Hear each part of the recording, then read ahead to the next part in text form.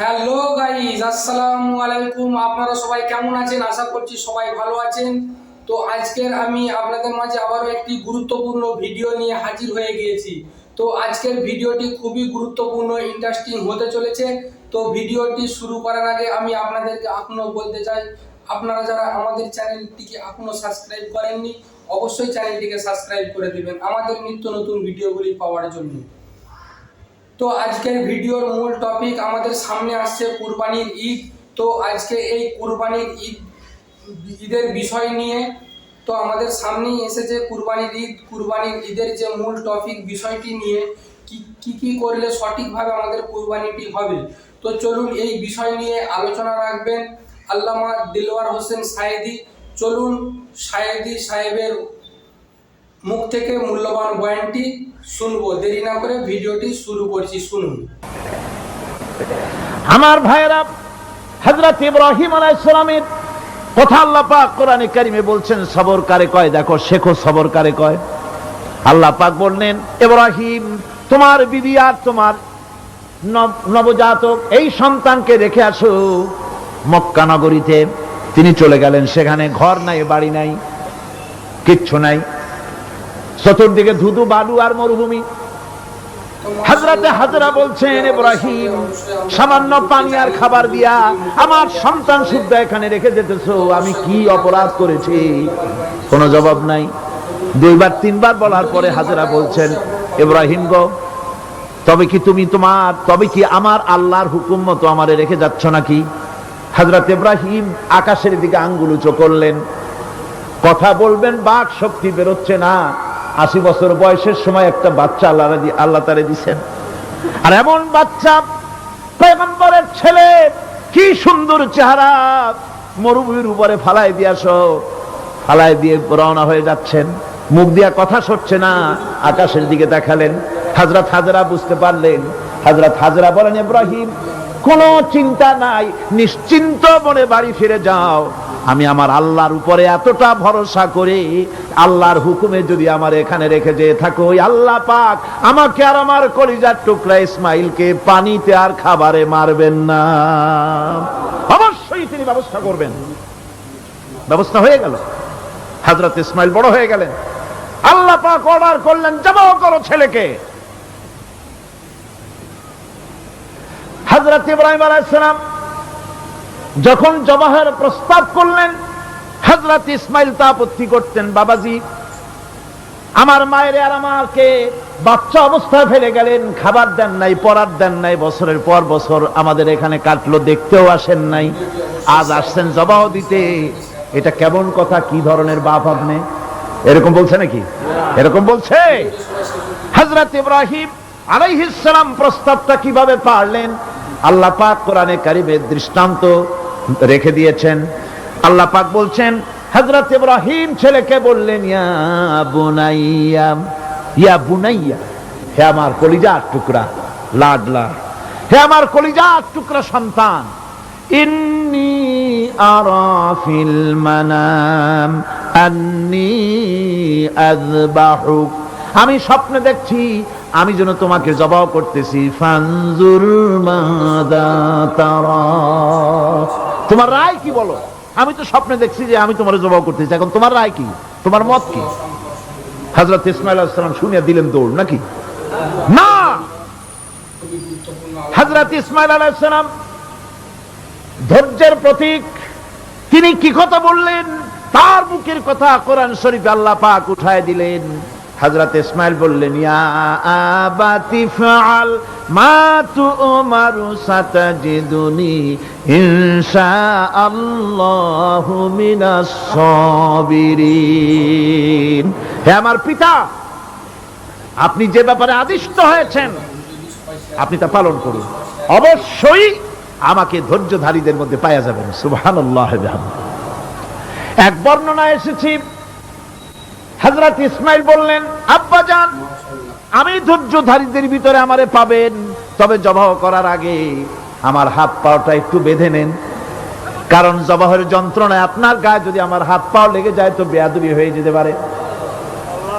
আর আমি মরে আমার জবাহ হয়ে যাওয়ার পর আমার রক্ত মাখা জামাটা নিয়ে আমার মা হাজেরারে দিবেন, কারণ তাকে মা বলবার মতো আর তো কেউ নাই। ছিল কুরবানির বিষয় নিয়ে হযরত ইব্রাহিম তাকে বাঁধবার জন্য প্রস্তুতি নিলেন। হযরত ইসমাইল বলছেন, আব্বাজান বাঁধবেন না, বান্দার প্রয়োজন নাই। বলে কেন? একবার বাঁধতে বললে আবার তুমি নিষেধ করছো কেন? ছেলে বলছেন, আব্বাজান বাঁধবো না এই জন্যে, হয়তো কিয়ামতেই প্রশ্ন উঠতে পারে যে আল্লাহর হুকুমে রাজি ছিল না বলে হাত পা বাঁধা জবাহ করছে।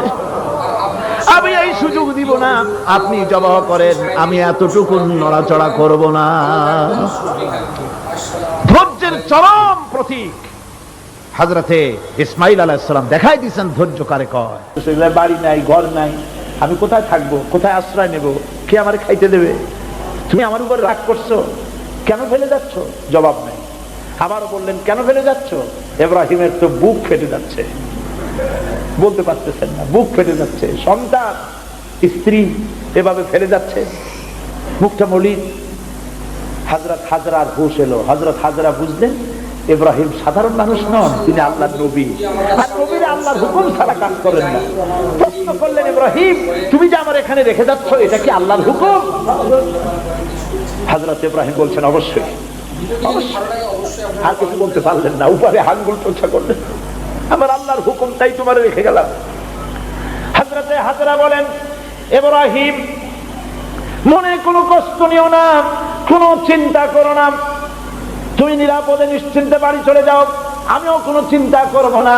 কারণ আল্লাহর হুকুমে যখন তুমি এখানে রেখে যেতেছ, আমি আমার আল্লাহর উপর এত বিশ্বাস করি যে আমার রব্বুল আলামিন তিনি যখন আমাকে মরুভূমিতে আমার বাচ্চা সুদ্ধা ফেলাই দিতে বলেছেন, আমার আল্লাহ এমন মেহেরবান যে আমার এই কলিজার টুকরা সন্তান আর আমারে না খাওয়াই আল্লাহ মারবে না।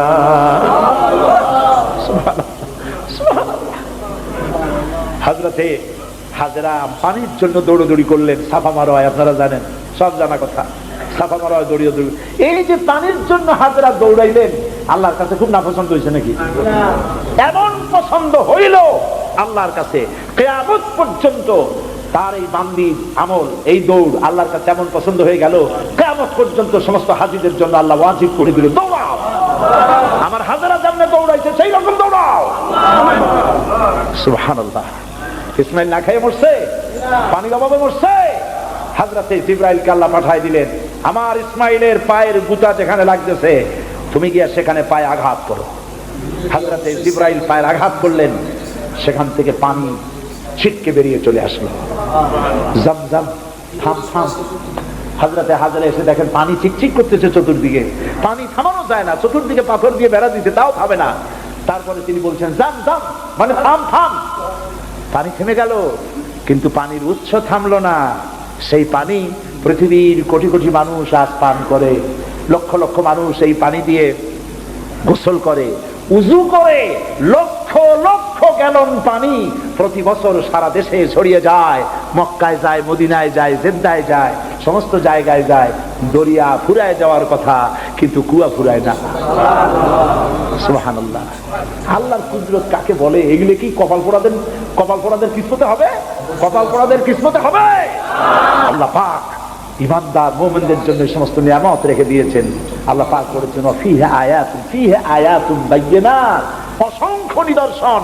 এই কাবা আর এই কাবা কেন্দ্রিক আমার অনেক নিদর্শন আছে, তাকায় দেখো কত নিদর্শন।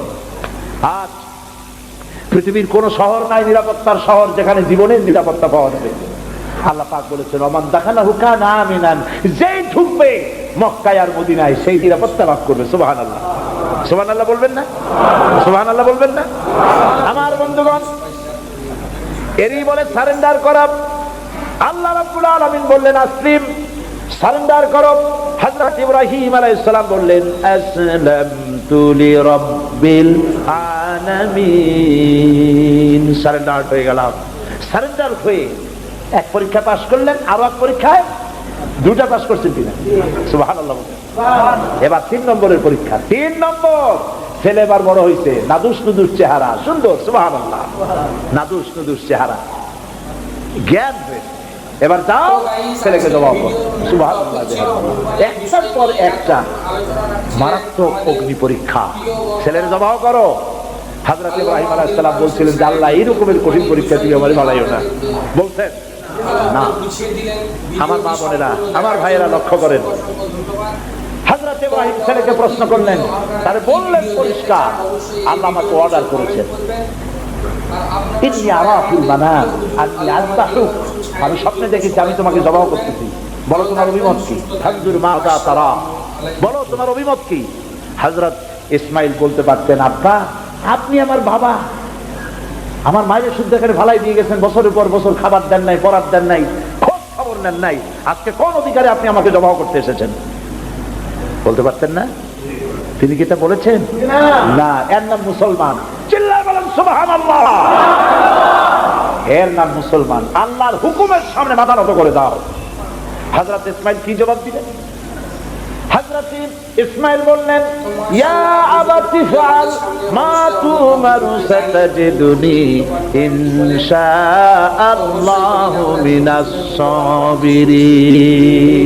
হে পিতা, আপনি স্বপ্নে যে ব্যাপারে আদিষ্ট হয়েছেন, দেখেন ছোট্ট মানুষ কিন্তু তিনি কথা বললেন না যে আপনি স্বপ্নে যা দেখছেন তাই করেন।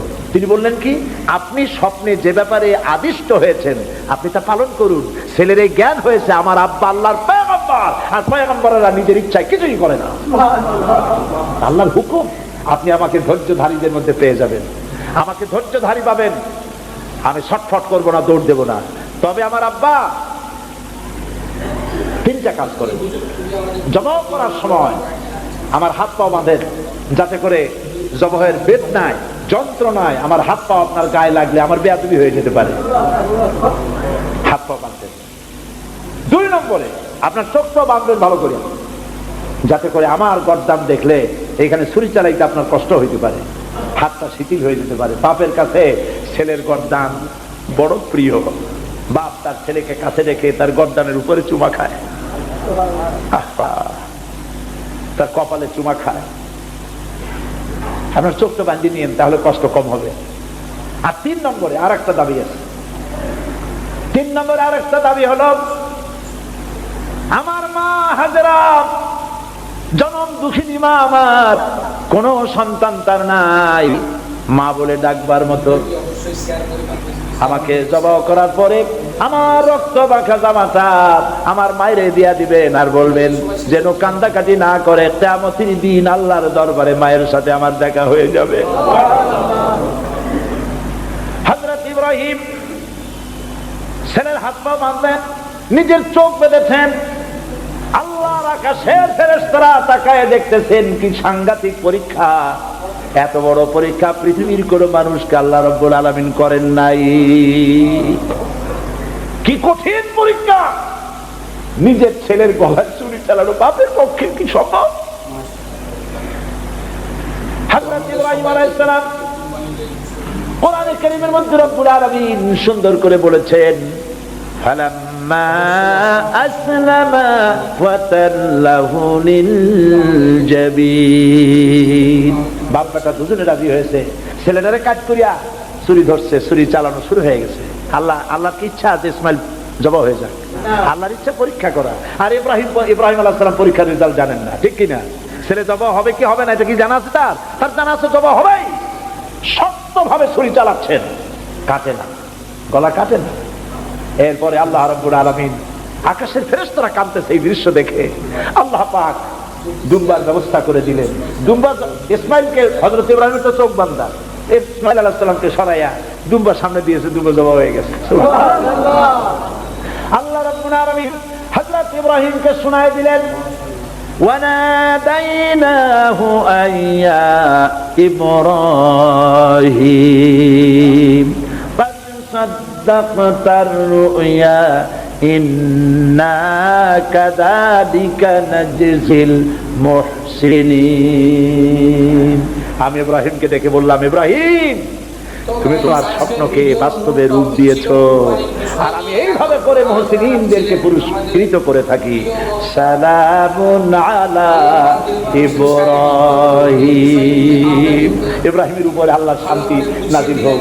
কিয়ামত পর্যন্ত পৃথিবীর কোটি কোটি মুসলমানেরা নামাজের মধ্যে ইব্রাহিম আলাইহিস সালামের জন্য দোয়া করবে। সুবহানাল্লাহ। দোয়া করেন না আপনারা? কোন সময়? দরুদ কিয়ামত পর্যন্ত দোয়া করো, তোমার নেতা, তোমার জাতির পিতা ভালো থাকবেন, মুসলমান কারে সুস্থ বলে? থাকবেন। এর নাম মুসলমান। মদের ব্যবসা ছাড়তে পারবেন না, জুয়া ছাড়তে পারবেন না, সুদ ছাড়তে পারবেন না, আবার দাবি করবেন আপনি মুসলমান। মুসলমান হওয়া যাবে না, আল্লাহর কসম মুসলমান হওয়া যাবে না। মুনাফিক মুনাফিক মুনাফিক। মুসলমান হতে হলে আল্লাহর হুকুমের সামনে মাথা নত করতে হবে, যা তিনি বলেছেন সব মানতে হবে।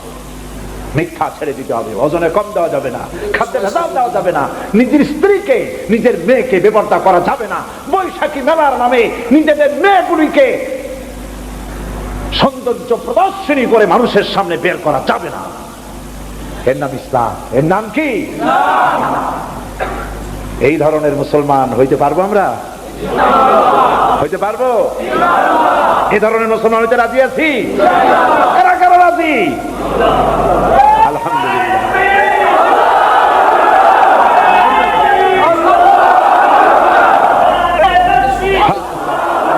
বলি আলহামদুলিল্লাহ। জোরে বলেন আলহামদুলিল্লাহ।